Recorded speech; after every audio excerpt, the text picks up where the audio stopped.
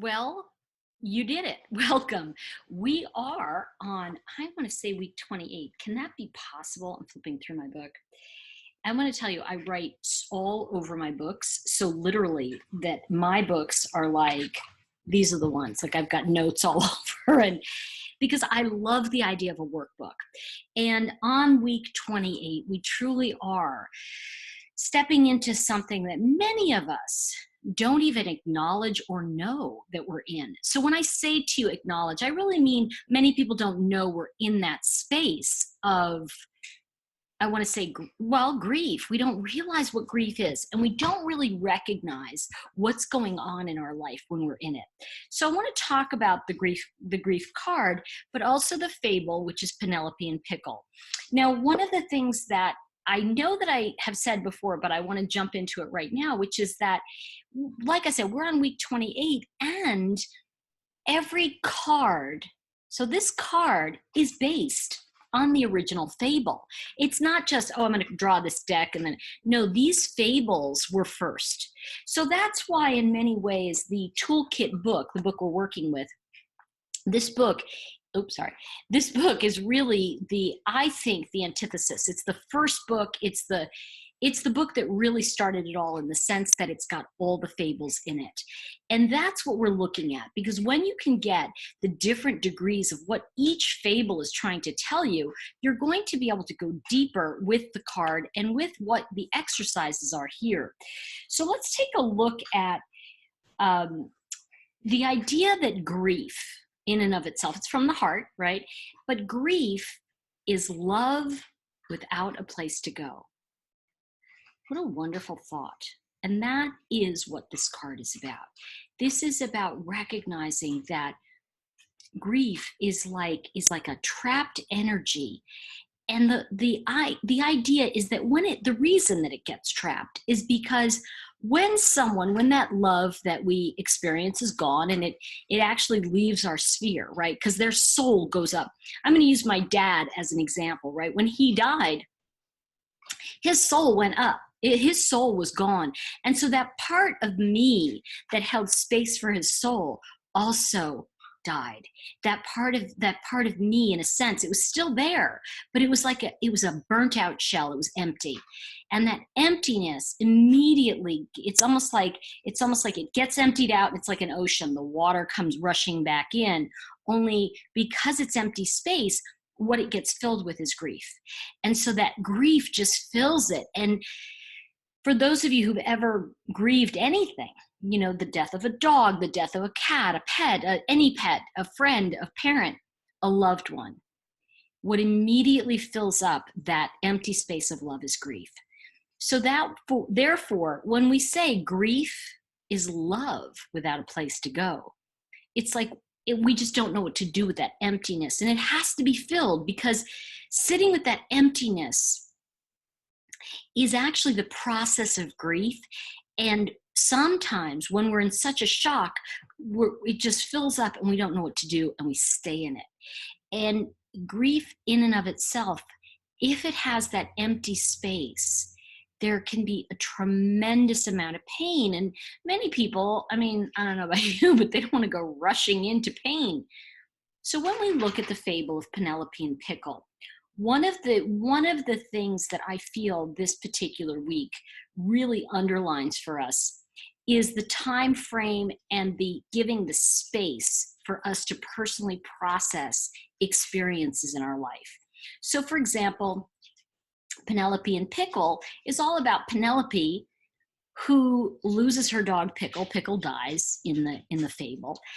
And one of the things we really get to see, and I think this is key, is that, many times, I think it's more prevalent now, we're more accepting of it, but years ago, when these fables really came forward, it was very hard for people to accept that someone was in pain. And so immediately they would say, aren't you over it yet? Gosh, the cat died 3 weeks ago. What's going on with you? And so that really came out, I believe, in this fable. And I really believe that came out in this fable, in that one of the things that we really, and here's my dog. See, it's funny. We're talking about issues related to a pet, and there he is. So I'll just move this over so you can see it, and I'll let you see both of them. Hi, baby. So one of the things that happens in the fable, which I think happens in real life, is that idea that, you know, honey, you got to get over this. And it's kind of the idea of everyone has their process. And I think there's got to be a way that we say to people without going, you got to get over it, or gosh, it's been 3 weeks, 3 years, whatever. I think that, you know, when we validate feelings like that, when we validate a loss, when we say, you know, I just want to acknowledge what a big loss it is for you. And I get that, you know. And I think the part two, if you're concerned, is to say, and I know that you're processing it and you'll work through it in your own time. If there's anything I can do, please let me know. I think one of the best things you can say to somebody is, I wish I could go through it for you, but I can't, but I could be there with you. And that's the key to this fable of Penelope and Pickle. So when we look at the idea of the relationships to our pets and loved ones and those who give unconditionally to us, he just saw a squirrel. You know, one of the things that this card also represents is the power of the risk of love. You know, when we risk loving, you know, you have to answer this question for yourself. Ultimately, is it worth it? And for many of us, it is. For many of us, the risk of love is always worth it, because who we become in the process is the key of love. You know, that works in the key of love. You know, the other thing to remember is that when you are processing grief, it illustrates to you that you have the capacity and the capability of love. And that is such a big thing to experience, I think, in life. So when we look at the idea here, you know, I yawn when I'm doing this work. It's so crazy, right? So when we look at the idea here of this being in the fifth card in the fourth chakra, we recognize that this is a necessary communication. It is something that is guttural from your, you know, from your throat. It is it's an expression of creation, loss, and grief. And the idea is that it is fifth chakra. It is something that did come about. The other thing I want to say about this is that there is a deep aloneness when we lose a loved one. And it goes to that idea that nobody can do it for us, but they can be there with us. And I think there's a tendency sometimes to push everybody away and go, I just need, you know, to be alone. Right, Gavin, it's okay. Yeah, you're right here. He's like, I'll be with you. How interesting, though, that, you know, this is about a woman who loses her dog, and here's my dog. So the thing to keep in mind also is this represents pure grief. That is the I want to say that the focal point here of acknowledging, expressing, and sharing grief. Because the thing is that it's when we hold it in that it isn't, we don't get a chance to really process it. And it can get stuck in our body. And also remember that that is the heart pain.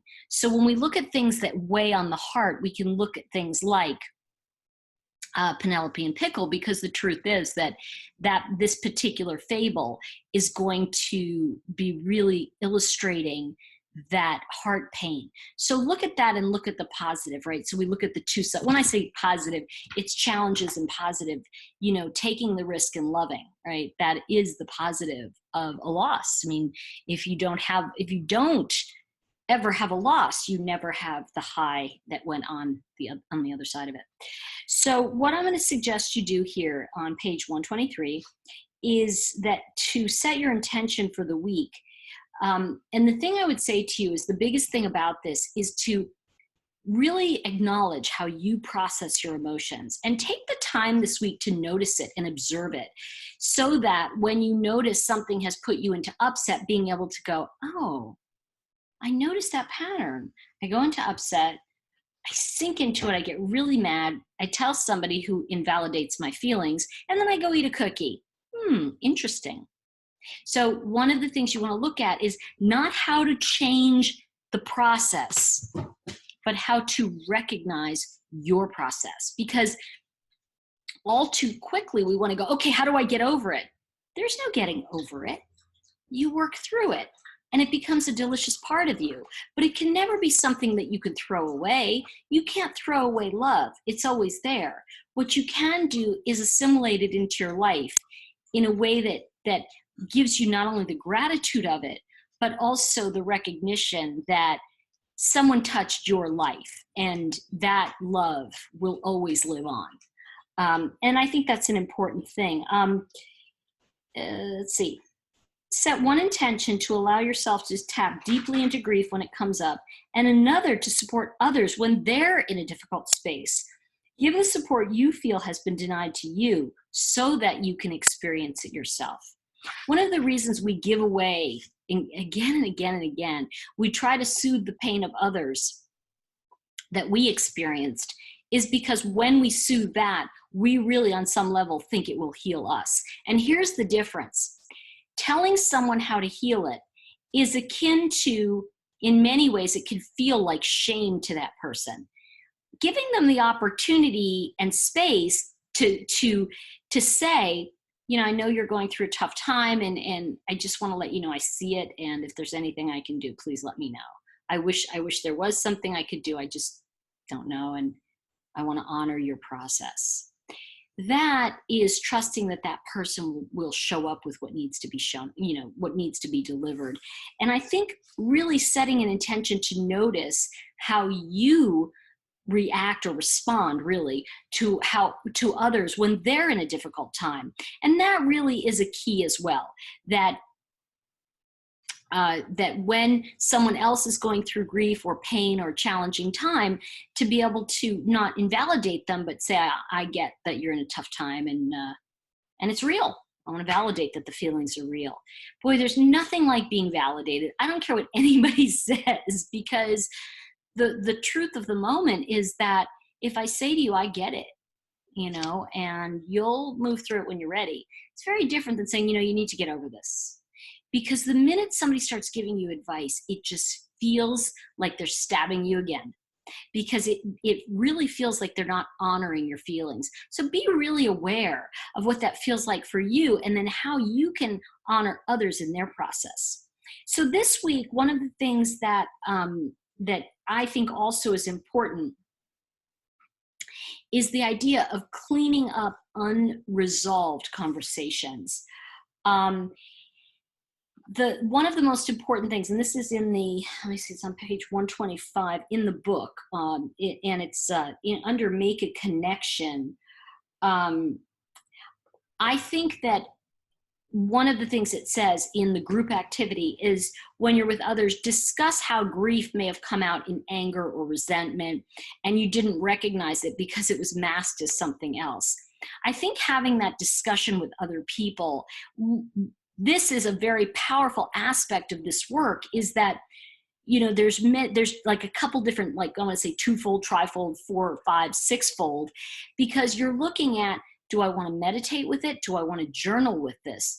Do I want to really have a discussion with people about grief, and what is it like to them? You know, all of these opportunities are really available in each week's experience. And something I want to say about that is that, I guess it was a couple of years ago, I was teaching the toolkit like this, but I was doing it in the class, and it was a 52-week class. And I was actually interacting a lot with my students, and with one woman, and I often say, what you skip stops you, right? So she missed a week. She comes back the following week, and she says, I'm so sorry. I know, like, I need to pick up on what last week was. I'm so sorry I missed it. And she went on for a minute, and I said, that's okay. I said, you know, sometimes we get the lesson without being in a class. Like, we can skip a week and realize, boy, that was our lesson last week. And we're talking about it for a minute, and it came up in the conversation. She said, yeah, it was my cousin's funeral. And I was like, so you went to a funeral? And she said, yes. And I said, so you dealt with grief all week? And she said, yes. And I said, that's what the week was about. So you got to do it rather than, you know, create an experience so that you can see it. Anyway, she ended up doing later that was in the book. But the reason I'm sharing this with you, and I think it becomes important, is because we've all been through some level of grief. We've all been through some process with it. And in this particular card, this particular fable, it really reminds us of our humanity and being able to connect and communicate, fifth position in the heart chakra, being able to speak the truth of your heart to others is really a way to empower them and empower yourself. So go ahead and do the exercises of the week and give yourself the space to kind of see what comes up for you. I'm also going to invite you to write in the comments below what you really see as this process for you. How has looking at grief in this way opened up an idea of a different way to see things? And I really hope that that gives you some insight into this particular fable. I'm also curious to see if when you read the fable, anything strikes you. And with that, I will say, have a wonderful, blessed week, and I will see you next week. Bye for now.